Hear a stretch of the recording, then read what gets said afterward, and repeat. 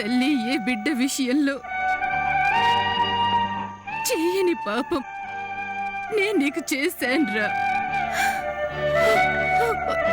నన్ను క్షమించు నాన్న.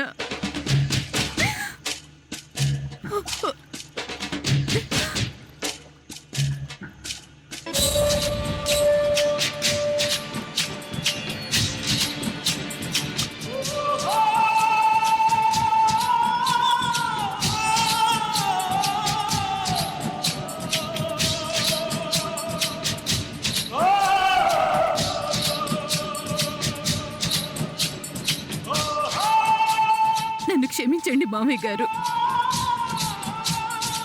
ఊరిట్లోనే బిడ్డను వదిలి వెళ్ళిపోయి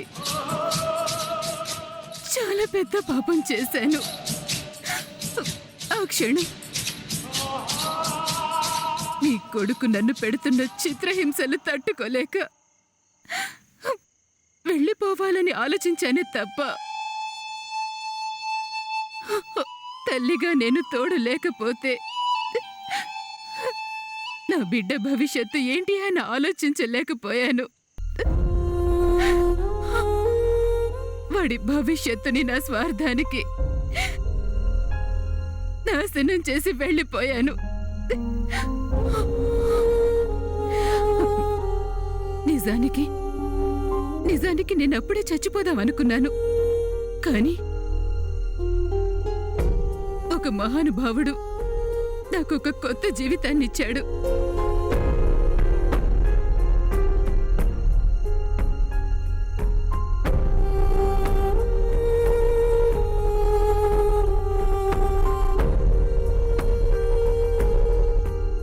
ఎక్కడున్నావు బాబు? ఎలా ఉన్నావు? తల్లి లేకపోతే ఆ బిడ్డకి ఎంత నరక వేదనుంటుందో నాకు తెలుసు. ఉన్నావో ఏమైపోయావో అని పట్టించుకోకుండా నేనొక కొత్త జీవితాన్ని ప్రారంభించాను. డబ్బు, హోదా అన్ని విధాలుగా సంతోషంగా ఉన్నా కూడా మనసులో నువ్వు లేవన్న వెళితే నిన్ను దూరం చేసుకున్నానన్న బాధ వెంటాడుతూనే ఉంది. అమ్మా, అలాంటి వాళ్ళది నిజమైన ప్రేమ కాదు, అది వ్యామోహం. ఎగ్జాక్ట్లీ చిన్నత్త. నిజంగా ప్రేమించుకున్న వాళ్ళు అలా చేయరు. ఎంత మనసు విరిగిపోతే కన్న కూతుర్ని పట్టుకొని మా దృష్టిలో చచ్చిపోయా ఉంటుందా తల్లి? అది సరే అమ్మా, తన కూతురుతో తన మాట అనేటప్పుడు ఆమె మాటల్లో వ్యథ, కళ్ళల్లో బాధ గమనించావమ్మా? పెద్దబాబుకు బర్త్డే విషెస్ చెప్పు కూడా వెళ్ళాం కదా. ఊరికే ఎలా కాలిపోతుంది? మంట పెడితేనో పడితేనో తగలబడుతుంది.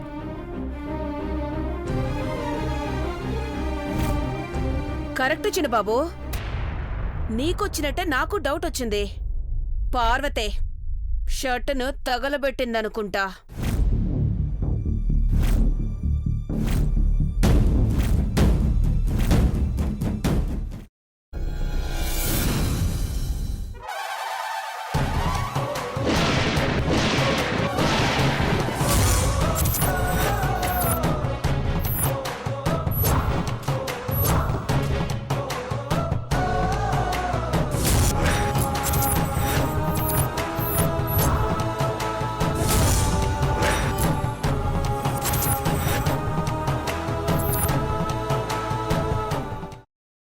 తర్వాత పొట్టు తీసేసి చాప్ చేసి పక్కన పెట్టుకోవాలి.